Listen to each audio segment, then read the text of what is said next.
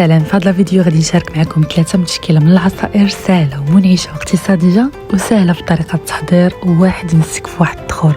شوفوا معايا بعد الجمال ديال الالوان. الو قبل ما تشوفوا لا فيديو اونغيستري وصفه عندكم حيت بيان سور غادي تحتاجوها.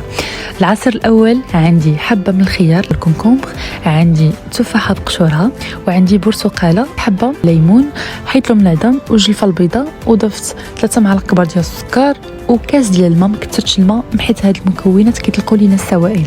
ضفت 3 معالق كبار ديال السكر، طحنت جميع المكونات ودوزتهم في الصفايه على الشكل هذا. بالنسبه للعصير الثاني عندي الفخاز، من الاحسن يكون كونجلي واحد شويه. ضفت عليهم 2 حبات ديال البرتقال، حيت لهم العظم وجلفه البيضاء، 3 معالق كبار ديال السكر، عندي تقريبا لتر ديال الماء. ما كنكثرش الماء باش كيجي العصير خاسر، وكنطحنوا جميع المكونات. الوغ بالنسبه للعصير الثالث كنصح به بزاف للسحور، كيجي واعر بزاف.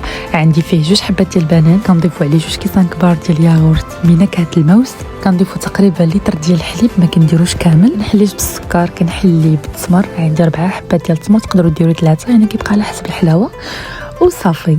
بالنسبه للتشكيله ديال اليوم هي هادي، نتمنى تعجبكم وبصحه وراحه. رمضان كريم، بسلامه.